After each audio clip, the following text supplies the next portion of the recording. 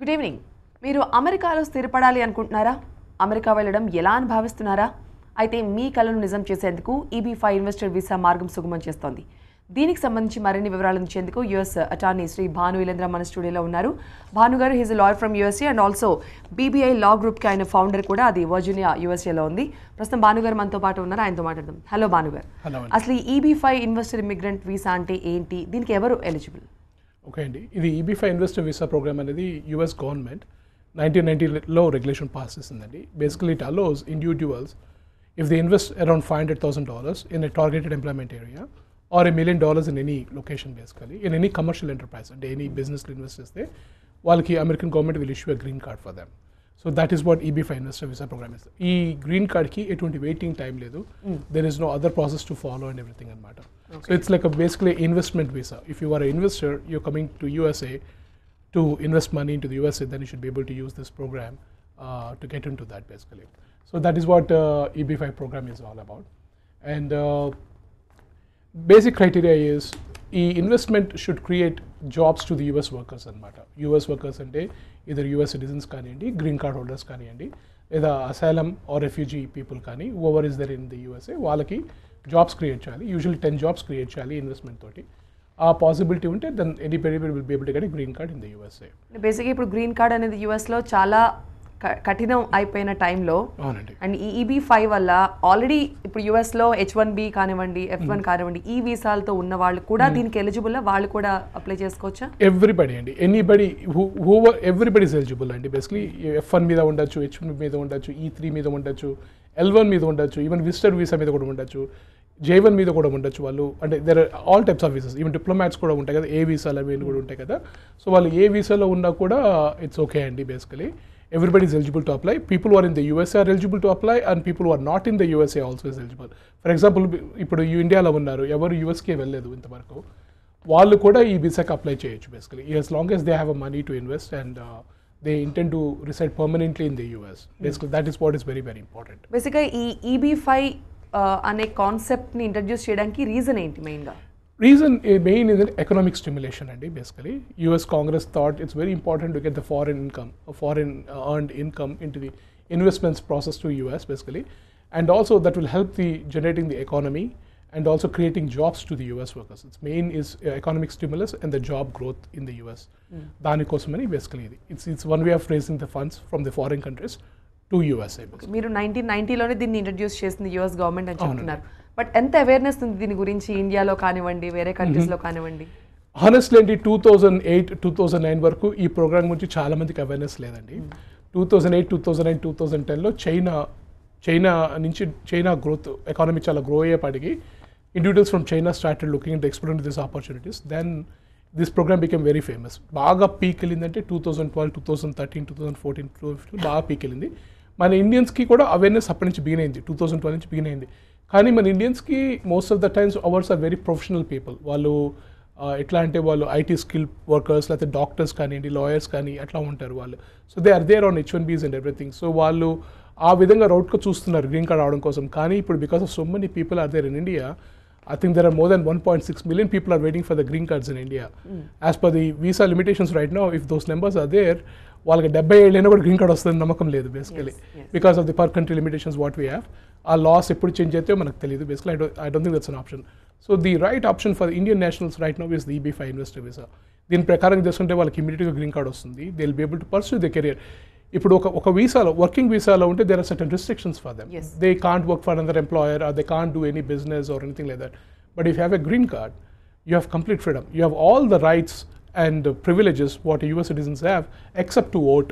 Adokkadi tappite or some certain government jobs ki meer eligible karu. Aa rendu tappite otherwise you have all the rights and privileges what any US citizen has as a green card holder.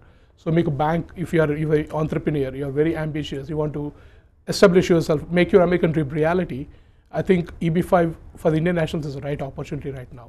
So that's why I'm here to discuss about the EB5 right now. Caller ఉన్నారు, జరా ఖాన్ హైదరాబాద్ నుంచి. జరా ఖాన్ మాట్లాడండి. Hi ma'am. Yeah, I have a question. It's like how much we can take as a gift. Is the money of gift should come from relatives or can the gift come from any country in the world? Thanks Zara garu. I think you are asking about the funding source of funding గురించి పడుతున్న గురించి. Yeah there is no limit అండి. ఎంత money fund gift తీసుకుని దానికి limit ఏం లేదు. మీకు ఎవరైనా గిఫ్ట్ ఇవ్వచ్చు, మీ ఫ్రెండ్స్ ఇవ్వచ్చు, మీ రిలేటివ్స్ ఇవ్వచ్చు, మీ పేరెంట్స్ ఇవ్వచ్చు, సమ్ వెల్ విషెస్ కూడా ఇవ్వచ్చు మీకు. బట్ ఆ ఫండింగ్ ఇచ్చిన వాళ్ళు, గిఫ్ట్ ఇచ్చిన వాళ్ళు వాళ్ళ సోర్స్ ఆఫ్ ఇన్కమ్ చూపించాలి, వాళ్ళ లాఫుల్ సోర్స్ చూపించాలి. ఆ ఫండింగ్ అనేది ఎక్కడి నుంచి రావచ్చు, ఇండియా అనే కాదు, యూఎస్ అనే కాదు, any country in the world ఎక్కడి నుంచి రావచ్చు. ఆస్ట్రేలియా నుంచి అయినా రావచ్చు, ఇంగ్లాండ్ నుంచి అయినా రావచ్చు, దుబాయ్ నుంచి రావచ్చు, సింగపూర్ నుంచి రావచ్చు, చైనా నుంచి రావచ్చు, ఎక్కడి నుంచి అయినా రావచ్చు. As long as you can identify the source of funding. So అలా ఫండింగ్ చేసిన వాళ్ళకి ఇండియాలో కానీ యూఎస్లో కానీ ట్యాక్స్ లయబిలిటీస్ అని ఉంటాయా? యాక్చువల్లీ లేవండి అవి. Basically that is good thing about the gift laws. Basically యూఎస్లో ఏంటంటే రిసిపియంట్కి ఎప్పుడు ట్యాక్స్ లేదండి, ట్యాక్స్ లయబిలిటీ లేదు యూఎస్లో. యూఎస్లో recipient never have a tax liability.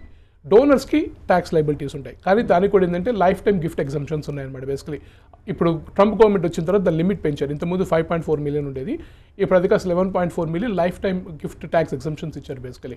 So one time gift tax exam 11.4 million వరకు. సో ఎవరైనా డోనర్ రిసిపియంట్ గిఫ్ట్ చేస్తే up to 11.4 million they don't have to pay any taxes in life time అనమాట basically. రిసిపియంట్కి ఎప్పుడు taxes లేవు యూఎస్లో. As far as India is concern, Indian income tax act ప్రకారంగా రిసిపియంట్కి కూడా ఇఫ్ ఎవరైనా రిలేటివ్స్ గిఫ్ట్ ఇస్తే ఎటువంటి ట్యాక్స్ లయబిలిటీ లేదనమాట బేసికలీ. సో ఎలాంటి డాక్యుమెంట్స్ చూపించాల్సి వస్తుంది ఒకవేళ ఎవరైనా గిఫ్ట్ చేసినా లేకపోతే ఏదైనా చేస్తే ఎలాంటి డాక్యుమెంట్స్ జస్ట్ గిఫ్ట్ డీడ్ అండి. గిఫ్ట్ డీడ్ తర్వాత ఎవరైతే డోనర్ ఉన్నారో ఆ డోన్ సోర్స్ లాఫుల్ సోర్స్ ఇన్కమ్ చూపించాలి. అంటే యూజువలీ వాళ్ళ ట్యాక్స్ రిటర్న్స్ కానివ్వండి, వాళ్ళ ప్రాపర్టీ డాక్యుమెంట్స్ కానివ్వండి, ఎక్కడి నుంచి డబ్బులు వస్తున్నాయి అనేది. ఫర్ ఎగ్జాంపుల్ కొందరికి అసెట్స్ ఉంటాయి, ఇల్లు అమ్మారనుకోండి, let's assume that they sold some farm or anything like that. ఆ ఫార్మ్ సెల్లింగ్ అగ్రిమెంట్స్, ఆ సోర్స్ ఆఫ్ ఇన్కమ్ అది చూపించాల్సి వస్తుంది. సో అంటే ఎంతవరకు మనీ తీసుకోవచ్చు వీళ్ళు గిఫ్ట్ రూపంలో ఎవరైనా ఇస్తుంటే కనుక? టోటల్ మీరు ఏదైతే చెప్పారో $500,000 అంటే $500,000 మొత్తం తీసుకోవచ్చా, లేకపోతే కొంత వీళ్ళు ఇన్వెస్ట్ చేసి వేరే ఫండ్స్ రూపంలో తీసుకోవచ్చా? మొత్తం తీసుకోవచ్చు అండి గిఫ్ట్ రూపంలో. Everything can be gift basically. And for example చాలా మంది చెప్తారు మీకు example, lot of in India, especially in India, lot of properties are inheritance properties basically. అంటే గ్రాండ్ ఫాదర్స్ నుంచి ఫాదర్స్ నుంచి చిల్డ్రన్కి వెళ్తుంది basically. Most of the income in the India comes in the form of inheritance basically. So చాలామంది children who are about 21 years of age are eligible for green card కదా. So వాళ్ళ పేరు మీద properties ఉండకపోవచ్చు, వాళ్ళ పేరు ఉండకపోవచ్చు. సో ఈ పేరెంట్స్ వాళ్ళకి గిఫ్ట్ ఇస్తారు బేసికలీ. ఆ గిఫ్ట్ డీడ్ ఇవ్వడము, ఆ సోర్స్ ఆఫ్ ఇన్కమ్ చూపించడము సరిపోతుంది. Even $500,000 million whatever is requirement based upon where they are investing, that can be done basically. Okay, ఇప్పుడు కొంచెం అవేర్నెస్ వచ్చిందంటారా EB-5 గురించి ఇండియన్స్లో? నాకు తెలిసి చాలా అవేర్నెస్ ఉందండి. Lot of people are calling us for law firm. We talk at least 5 to 6 people a day on this. But ఏంటంటే వాళ్ళకి ఇంకా కొద్దిగా క్లారిటీ రావాలి, బేసికలీ కొద్దిగా నమ్మకం రావాలి. Basically they have to do some due diligence. అంటే వాళ్ళకి ఎటువంటి ప్రాజెక్టులు ఇన్వెస్ట్ చేయాలి, వాళ్ళకి ఎక్కడ ఇన్వెస్ట్ చేస్తే డబ్బులు వస్తున్నాయి, అవన్నీ కొద్దిగా నాలెడ్జ్ రావాలి వాళ్ళకి. ఆబ్వియస్లీ తప్పకుండా. అంటే అసలు ఎటువంటి ప్రాజెక్ట్స్లో ఇన్వెస్ట్ చేయాలి? నిజంగా మీరు చెప్పినట్లుగా చాలా మందికి ఉన్న డౌట్స్ అవే కదా, ఎలాంటి ప్రాజెక్ట్స్ని సెలెక్ట్ చేసుకోవాలి? యాజ్ అ సెడ్ అండి, ఇట్స్ అ కమర్షియల్ ఎంటర్ప్రైజ్. అంటే ఏదైనా కమర్షియల్ ఎంటర్ప్రైజ్లో ఇన్వెస్ట్ చేయాలి మనీ బేసికలీ. అండ్ ప్రాజెక్ట్స్ అంటే they have to look it the due diligence కదండి. అంటే ఎవరు యాక్చువల్లీ ఆ ప్రాజెక్ట్ని ఎవరు డెవలప్ చేస్తున్నారు, వాళ్ళ స్కిన్ ఎంత ఉంది గేమ్లో, ఆ ప్రాజెక్ట్లో. అంటే వాళ్ళకి they have enough financial wherewithal to develop the project without depending upon the EB-5 funds. అది చాలా important basically. For example if they rely on the EB-5 funds only, వాళ్ళకి ప్రాజెక్ట్ డెవలప్ అవుతుందా లేదా అనేది కూడా ప్రాబ్లం ఉంటుంది. Project develop చేయగలగాలి, వాళ్ళకి ఎంత ఫైనాన్షియల్ బ్యాకింగ్ ఉంది, వాళ్ళ ఓన్ ఫైనాన్షియల్ బ్యాకింగ్ ఎంత ఉంది, ఎంత ఇన్వెస్ట్మెంట్ ఉంది ప్రాజెక్ట్స్లో, తర్వాత వాళ్ళు ఇంతకుముందు ఏమైనా ఇట్లాంటి ప్రాజెక్ట్స్ చేశారా, ఎగ్జిక్యూట్ చేశారా, సక్సెస్ఫుల్ రికార్డ్ ఏమైనా ఉందా, పాస్ట్ హిస్టరీ ఏమైనా ఉందా, అవన్నీ చూసుకోవాలి వాళ్ళు basically. So it's very important to do the due diligence basically. అంటే ఇలాంటి స్టెప్స్ వెరిఫికేషన్, ఎంక్వైరీ చేసుకోకుండా కనుక ఇన్వెస్ట్ చేస్తే లాస్ అయ్యే ఛాన్సెస్ ఉంటాయా ఈ ప్రోగ్రామ్లో? లా ప్రకారంగా this investment has to be at risk అండి. Okay, so any investment has to be at risk. So obviously risk అనేది ప్రతి దాంట్లో ఉంటుంది. సో డ్యూ డెలిజెన్స్ చేయకుండా ఇన్వెస్ట్ చేస్తే obviously you have a chance to get cheated, right? I mean money use వచ్చేప్పటికి you have to do your own due diligence. As a lawyer, we always tell you to do your due diligence basically. And if they hire us as attorneys and we are investing basically, if we are representing them in the EB-5 green card process, obviously we do due diligence also. We help them in doing due diligence to verify which project and everything. For example, we work with a lot of projects basically, right? A lot of developers. We did a lot of green cards in the past, right? For a lot of people. So we worked with various groups basically. Okay. And one of the group is Shura EB-5 group basically, right? And their principals have a very good experience in this particular product. Already వాళ్ళు ఇప్పటికి ఒక project develop చేశారు, అది complete అయిపోయింది. ఇప్పుడు ఇంకో project develop చేస్తున్నారు, 110 million. Principals have a lot of experience in them. They have successfully done around 36 green cards until now for the investor visa program. So అట్లా డ్యూ డెలిజెన్స్ చూసుకోవాలి. ఇట్లా షూరా IB5 కానివ్వండి, ఇట్లా వేరియస్ కంపెనీస్ చూసుకొని చేసుకోవాలి. So as a immigration attorney మా responsibility వచ్చేప్పటికి investor మీదే ఉంటుంది. We don't care about what project it is. We always tell that our interest is making sure that investor getting is green card, investor is safe or not, money security అనేది వాళ్ళకు ఉంటుందా లేదా, exit strategies ఎట్లా ఉన్నాయి, ఎప్పుడు money వస్తున్నాయి, అవన్నీ చూసుకోవాలి మనం బేసికలీ. ఖచ్చితంగా ఒక రైట్ వేలో వెళ్తే మాత్రం ఇది చాలా సక్సెస్ఫుల్ రైట్ఫుల్గా వెళ్తే it's very difficult for them not to get a green card basically. Very difficult not to get a green card. మరి ఇంతకుముందు మనం భాను గారు ఫండింగ్ గురించి మాట్లాడాం. ఎవరైనా ఫండింగ్ చేయొచ్చా ఈ EB5 ఇన్వెస్టర్ వీసాకి సంబంధించి? అలాగే లోన్స్ కూడా చేయొచ్చా? లోన్ కూడా అప్లై చేసుకుని చేయొచ్చా ఈ ప్రాసెస్ని? అన్ని టైప్స్ ఆఫ్ లోన్స్ క్వాలిఫై కావండి basically. Only certain type of loans qualify. అంటే for example home equity, any secured loan will be qualifying. అంటే కొలాటరల్ ఉండాలి, ఇల్లు కొలాటరల్, హోమ్ ఎక్విటీ కానివ్వండి, లేకపోతే పర్సనల్ ప్రాపర్టీ కొలాటరల్ కానివ్వండి, అట్లాంటిది ఏదన్నా ఉంటే as those things will qualify for the EB5. Okay, అది very important basically. And specially మీ పర్సనల్ విషయం గురించి మాట్లాడుకుంటే మీరు ఎన్ని ఇయర్స్ నుంచి ఈ ఫీల్డ్లో ఉన్నారు? ఎంతమందిని ఇప్పటివరకు మీరు ఈ EB5 ఇన్వెస్టర్ వీసా విషయంలో ఎంతమంది సక్సెస్ఫుల్గా పంపించారు? ఎలా జరిగింది? నేను I'm practicing immigration law for more than 14 years అండి. And I started my own firm in 2008. So last 11 years I'm on my own. I have decent size of law firm basically in Virginia, and we have second office in New Jersey also. And I represent in all types of immigration matters, not just on EB5. I do everything. నేను చేయని immigration matter అంటూ లేదు ఇప్పటి వరకు. I've done everything. I've done asylum, I've done refugees, I've done H1Bs, L1s, green cards అన్ని. And EB5 cases కూడా నేను last 4 years నుంచి చేస్తున్నాను బేసికలీ. అండ్ రీసెంట్లీ దిస్ ఇయర్ కొద్దిగా ఎక్కువ ఫైల్ చేసాం మేము EB5 మ్యాటర్స్లో basically. And we have done very successful this thing and we are working with we worked with the Shura EB5 also. We worked with some other groups also basically. Great అండి. ఇప్పుడు ఒకసారి investor దాంట్లో invest చేసిన తర్వాత compulsory day to day participation అనేది ఆ బిజినెస్లో ఆ ఇన్వెస్టర్ది ఉండాలంటారా? Not necessary అండి. అది that is what very important to person to know, because a lot of people think that if they invest money in a commercial enterprise, they have to participate in day-to-day activities and they have to dedicate themselves completely to that particular business, which is actually not required. They say that the regulation says that they have to be actively engaged in the commercial enterprise. That means it doesn't mean that they have to be in day-to-day activities. So వాళ్ళు ఒక share holder మీటింగ్స్కి attend అవ్వచ్చు, లేకపోతే proxy attending అవ్వచ్చు, అట్లా చేయొచ్చు. కానీ day to activities చేయొచ్చు. For example మీరు India US రావాలనుకున్నారు, you have a different ambition. You are using this investment only for the purpose of getting a green card, but not to do your business or not to pursue your career or anything like that. That possibility is there with the EB5 investor visa program అండి. Yeah, caller ఉన్నారు, వైజాగ్ నుంచి దుర్గా ఉన్నారు. దుర్గా మాట్లాడండి. Hi, can you take our money back anytime during the processing? If we decide not to pursue our investor visa, that means green card, how it's managed? And also one more, if my green card gets denied, will they return my investment amount? Durga గారు, I think మీకు కొద్దిగా sound clarity తక్కువ ఉందండి నాకు. కానీ what I'm understanding is that మీరు మీ యొక్క investment money గురించి ఈ క్వశ్చన్స్ అడుగుతున్నారు నాకు అనుమానం. నాకు క్లారిటీ ఉంది. Basically you're thinking that whether you can get this money back any time or not. Basically what are the possibilities of getting money return to you and everything. As per your question, and basically the law says that money is at risk basically, right? That's what the law says. So whenever you invest money, you have to understand there is always a risk involved. That business can go wrong. The business can incur losses and everything. So you might lose your money and everything. But you have to look into the aspect is basically is that, as I said, in a due diligence program, you have to look into what is the criteria investing money, business and everything. So our business history, వాళ్ళ finances risks అవన్నీ చేసుకోవాలి. when you get money back and everything, అదంతా depending upon your project అండి. మీరు ఏ ప్రాజెక్ట్లో invest చేస్తున్నారు, వాళ్ళతో మీకున్న అగ్రిమెంట్ బట్టి దాన్ని బట్టి ఉంటుంది. కొన్ని అగ్రిమెంట్స్ కొందరు అంటారు you can take money any time అంటారు, విత్ ఇన్ 1-2 months మనీ ఇచ్చేస్తామంటారు. కొందరు ఏమంటారంటే మీ గ్రీన్ కార్డ్ వచ్చిన తర్వాత సర్టన్ టైం పీరియడ్ తర్వాత మనీ ఇస్తామంటారు, you can take out your money అంటారు. So all depends upon how you subscribe your agreement with your project and everything అండి. బట్ 99.99 times మీకు గ్రీన్ కార్డ్ రావాలి అంటే lots of these companies where you're investing money, they expect you to keep the money in the project at least for 4 to 5 years, because మీకు మొత్తం green card processing, మీకు green card with in certain period of టైంలో వచ్చినా కూడా మీకు conditional green card వస్తుంది. ఆ conditional green card తీసేసి మీకు ఆ రిమూవల్ కండిషన్ అయిపోయి అట్లీస్ట్ 3 to 4 years పడుతుంది బేసికలీ. సో మీరు money investment at least 4 to 5 years ఉంటుంది. రేపు ఒకవేళ మీ గ్రీన్ కార్డ్ డినై అయిందనుకోండి, ఎనీ రీత్యా మీరు క్వాలిఫై కాలేదు, ఏదో మీ పర్సనల్ ప్రాబ్లమ్స్ క్వాలిఫై కాలేదు, లేకపోతే ఏదో అయిందనుకోండి, మీరు ఏదైతే అగ్రిమెంట్ సైన్ చేశారో ప్రాజెక్ట్ తోటి, డెవలపర్స్ తోటి, ఇన్వెస్ట్మెంట్ కంపెనీ తోటి, ఎక్కడైతే ఇన్వెస్ట్ చేస్తున్న కంపెనీ తోటి, దాని మీద డిపెండెంట్ ఉంది మీ మనీ రావడం రాకపోవడం అనేది. అవన్నీ మీ యొక్క ఇంతకుముందు నేను ఆన్సర్ చేసిన డ్యూ డిలిజెన్స్ ప్రాసెస్లో అవన్నీ వస్తాయన్నమాట.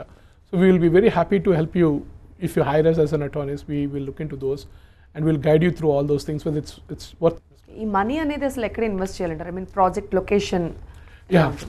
బేసికలీ యాజ్ అ సెడ్ అండి, ది EB5 ఇన్వెస్ట్మెంట్ కావాల్సింది ఏంటంటే criteria is either $1 million or $500,000 in targeted employment area. So your commercial enterprise must be located in that area. మీరు ఒక 500,000 ఇన్వెస్టర్స్ గ్రీన్ కార్డ్ తెచ్చాలనుకుంటే your commercial enterprise must be located in targeted employment area. అంటే వాళ్ళ ఒక project అంటే ఈ money మీరైతే money పెడుతున్నారో ఆ మనీ ఇన్వెస్ట్మెంట్ ఆ ఒక ఏరియాలో జరగాలి. ఆ ఏరియాని ఓవరాల్గా ఎకానమీ స్టిమ్యులేట్ చేయాలి. బేసికలీ అంటే పాజిటివ్ ఇంపాక్ట్ ఉండాలి. మీ యొక్క ఇన్వెస్ట్మెంట్ తోటి ఆ కమ్యూనిటీ మొత్తం పాజిటివ్ ఇంపాక్ట్ అయ్యి or at least 10 jobs create aval basically, directly or indirectly. If it's a regional center, even indirect jobs can be shown anamata basically. Adi basically. Okay, investor investment ki regional center guarantee anedi untunda? As I said, basically money has to be at risk. I don't think any regional center can give any guarantee of saying that you'll get a green card, you'll get your money back and everything. But as I said, it's our due diligence. For example, any investment, మన బిజినెస్లో జనరల్గా మనం వెళ్ళినప్పుడు any బిజినెస్లో మనం invest చేసేప్పుడు మనం due diligence తీసుకుంటాం. అరే ఇక్కడ మనం మనీ పెడుతున్నామంటే ఇది మనకి వర్త్ అవుతుందా లేదా, ఇందులో రిస్క్ ఉందా లేదా. బేసికలీ ఇందులో మనకి రేట్ ఆఫ్ రిటర్న్స్ ఎంత వస్తుంది, ఎప్పుడు వస్తుంది, ROI కానీ ROR కానీ మనకి ఎంత తొందరగా వస్తుంది, ఎంత టైప్లో వస్తుంది, ఆ ROI మనం ఎంత రిస్క్ తీసుకుంటున్నాం దాని మీద డిపెండెంట్ ఉంది బేసికలీ, రైట్. సో ఆ ఒక డ్యూ డిలిజెన్స్ మనం చేసుకోవాలి. So most of the genuine projects basically which you work on, right, and which you try to invest money, 99.9 times your money will be at safe. Basically, although they call it as at risk, but I don't think you lose your money. And second thing also is you have to see how the money is tracked also, where the money is going in, and all those things will be there. So 99.9 times you'll be fine. Otherwise you won't get a green card. As a lawyers, when you are coming to us as an investor, we will, in the due diligence process, we will tell you, is it worth investing in that project or not for you, basically. Yes. బేసిక్గా మిమ్మల్ని consult అయ్యేవాళ్ళు, మీ దగ్గరికి EB5 గురించి వచ్చేవాళ్ళు ఎక్కువగా మిమ్మల్ని అడిగే doubts ఏంటి? ఎక్కువగా అడిగే డౌట్స్ ఇదేనండి. బేసికలీ మాకు మనీ ఎప్పుడు వస్తుంది, ఎప్పుడు మా రిస్క్ ఎంత, మాకు గ్రీన్ కార్డ్ వస్తుందా రాదా, ఒకవేళ గ్రీన్ కార్డ్ రాకపోతే మా మనీ పరిస్థితి ఏంటి, ఈ క్వశ్చన్స్ ఎక్కువ ఉంటాయి వాళ్ళకి. సెకండ్ థింగ్ ఏంటంటే సోర్స్ ఆఫ్ ఫండింగ్. బేసికలీ ఈ మాకు ఇట్లా గిఫ్ట్లు తీసుకోవచ్చా, తీసుకుంటే మాకు ట్యాక్స్ లైబిలిటీస్ ఏముంటాయి, అవి ఇవి. తర్వాత దే ఆల్సో ఆస్కస్ మేము ఏ EB5 ప్రోగ్రామ్స్ మంచిది, ఏ రీజనల్ సెంటర్స్ మంచి, ఎవరు డెవలపర్స్, ఎవరు మంచి వాళ్ళు, ఎవరి దగ్గరికి వెళ్ళచ్చు. They ask us obviously, although we cannot refer any particular thing, but they ask us మేము ఎవరితోనే పాస్ పని చేసామా, ఒకవేళ మేము పాస్ట్ ఎవరితోనే పని చేస్తే వాళ్ళు ఏ కంపెనీలో ఇన్వెస్ట్ చేశారు, ఆ కంపెనీ రికార్డ్ ఎట్లా ఉంది, రెప్యుటేషన్ ఎట్లా ఉంది, రెమ్యునరేషన్ ఎట్లా, అవన్నీ చూస్తారన్నమాట basically. So directly or indirectly they ask us which project is better for them, which project is not better for them. Although we should not answer, but we can only tell what experience we have with certain companies while we are working with those companies for our investors basically. Like for example, when we are representing our investors where the money is investing in the projects, we look into those documents anyway. We review everything basically, so we have an idea whether it's safe or not in that way. So those questions will come directly or indirectly to us basically. Next caller Vijayawada నుంచి కృష్ణ కిషోర్ ఉన్నారు. కిషోర్ మాట్లాడండి. Sir Bhanu garu, I have a question. Do we have to invest entire amount in the beginning of the processing the green card with the commercial enterprise? If yes, what are the risks for the investor? It's a very good question, Krishna Kishore Karu. Basically, see, that is all depends upon the commercial enterprise where you're investing, Andy. But you need to show the entire amount available for the investment purposes in the beginning, Andy. You know. And if you do not show that USAs will not approve your green card. For example, people will say that I have money in India, I have money here and there, now I only have $50,000 or $100,000, I need to get a green card. That is not going to happen with USAs. And USAs wants you to show entire amount available at the time of filing your green card basically. So that can be either in the cash or in a kind basically, but that money should be readily available to invest in the project. So most of the developers, they would require you to put the money in the beginning in an escrow account. We did not talk about what is an escrow account. Escrow account and it's independent account, bank account basically, which is actually owned by the investor itself. Okay. But it will be managed by the escrow account. That means usually by the bank or by the lawyers or by the investment company and everything. So our money ni clear ga track chestaru, ekkadiki veltundi enti anedi aa money ni basically. So so in that way ఆ మనీని track చేస్తారు. ఆ money ఆ అకౌంట్లో మీ యొక్క 500,000 చూపించుకో. చాలా మంది the investors will require you to show put the money into that 500,000 into that account and వాళ్ళు ఫేజ్ వైజ్ ఆ మనీ తీస్తారు. ప్రాజెక్ట్ డెవలప్మెంట్లో ఫేజ్ వైజ్ అందులో నుంచి money at a time money మొత్తం తీయరు వాళ్ళు. 99.99 times నేను చూసిన ప్రాజెక్ట్స్ అయితే తీయలేదండి. అంటే there are certain projects where they might take money out at a time, but I would definitely will look into the or PPM అంటారు. అంటే ఎట్లా అంటే it's basic subscription agreement and private placement memorandum అంటారు, PPM అంటారు basically, where మీ stocks offerings అవి జరుగుతాయి అనమాట బేసికలీ. దాని ప్రకారం చూసుకోవాలి అవి. But most of the projects నాకు తెలిసిన బట్టి వాళ్ళు ఫేస్ వైజ్ తీస్తారు. But Dil require you to put the money 500,000 at the time of filing your green card only. Without that, they won't even start giving you the paperwork to process. 99.99 times. Once దీనిలో invest చేద్దామని decide అయ్యి money invest చేసిన తర్వాత వాళ్ళ మిడిల్లో drop అవ్వాలి అనుకుంటే chances ఎలా ఉంటాయి? ఎంత మనీ వాళ్ళకి మళ్ళీ రిటర్న్ వస్తుంది? ఎన్ని డేస్ పడుతుంది? అసలు ఛాన్సెస్ ఉంటాయా మిడిల్ డ్రాప్కి? Most of the times yes, they have a chances అండి. అదే చెప్పారు పీపీఎం మనం చేసే ప్రైవేట్ ప్లేస్మెంట్ మెమరాండం అగ్రిమెంట్ మనం చేసుకున్న అగ్రిమెంట్ పట్టి ఉంటుంది కమర్షియల్ ఎంటర్ప్రైజెస్ తోటి. Most of the times they have a very good exit policies basically. ఆ ఎగ్జిట్ పాలసీస్ ప్రకారంగా మనీ రిలీజింగ్ ఉంటుంది basically. Some times they release it with a month, some times they release in 6 months and everything. We have to do all those things in due diligence. మీరు అవన్నీ చూసుకోకుండా మీరు invest చేశారనుకోండి, then you are at your fate basically, right? So you have to understand that you have to do those diligence, but 99.99 times they should be able to give your money back. Although it's at risk. Unless if the company goes bankrupt or something goes wrong, then obviously you're losing your money. But నేను చూసిన వరకైతే నా ఒక EB5 cases నేను 7-8 years నుంచి చేస్తున్నాను. I have never seen anything happen like that till now. So మీరు observe చేస్తున్నప్పటి నుంచి ఇయర్ బై ఇయర్ చూస్తుంటే ఎంత పర్సెంట్ EB5లో ఇన్వెస్ట్ చేసేవాడు పర్సెంటేజ్ ఎలా పెరుగుతుంది? గ్రాఫ్ ఎలా ఉంది? Actually Indians the last year కొద్దిగా పెరిగిందండి. ఓకే, లాస్ట్ బిట్ 1 year వరకు I have seen very few cases. Last year మొత్తం visa in 2017 there are 284 people applied. మనకి లిమిట్ 700 visas ఇయర్కి. ఓకే, 700 visas కంటే ఎక్కువ అయితే బ్యాక్లాగ్ వెళ్తుంది. But I don't think will meet 700 visas అది రిక్వైర్మెంట్. కూడా ట్రంప్ ఎఫెక్ట్ అంటారా? లేదండి, అది పర్ కంట్రీ లిమిటేషన్ అండి అది. ఓకే ఓకే, ఈ ట్రంప్ ఎఫెక్ట్, ఈ షార్ట్ టర్మ్ మొత్తం ట్రంప్ ఎఫెక్ట్ ఏనండి. ఓకే, ఈ గ్రీన్ కార్డ్స్ బ్యాక్లాగ్ ఒకటి, ట్రంప్ ఎఫెక్ట్ ఒకటి. People are feeling very insecure some times, especially war in H1Bs and L1s and everything. They are feeling very inconvenient. So దానికోసమని ఇది effect అవుతుంది basically. And they are that's why ఈ increase అయింది, number increase అయింది. So I think and also awareness కూడా జనరల్లో కూడా పబ్లిక్లో కూడా అవేర్నెస్ బిగిన్ అయింది లాస్ట్ 2-3 years నుంచి. యాక్చువల్ 4-5 years నుంచి బిగిన్ అయిందండి, బట్ లాస్ట్ 2-3 years బాగా ఎక్కువైంది. అందుకని ఇయర్ కొద్ది నెంబర్ ఎక్కువైంది. So we're hoping that in 2019 also it will be little bit more, but I don't think 700 reach అవుతుందని అనుకోవడం లేదు. Thank you so much Bhanu గారు, చాలా వాల్యుబుల్ ఇన్ఫర్మేషన్ ఇచ్చారు. సో యూఎస్లో మీ కుటుంబ సమేతంగా స్థిరపడాలి అనుకుంటే ఈ EB5 ఇన్వెస్టర్ ఇమిగ్రెంట్ వీసా అనేది చాలా మంచి ఆప్షన్ అని చెప్తున్నారు భాను గారు. That's all for now. చూస్తూనే ఉండండి TV9.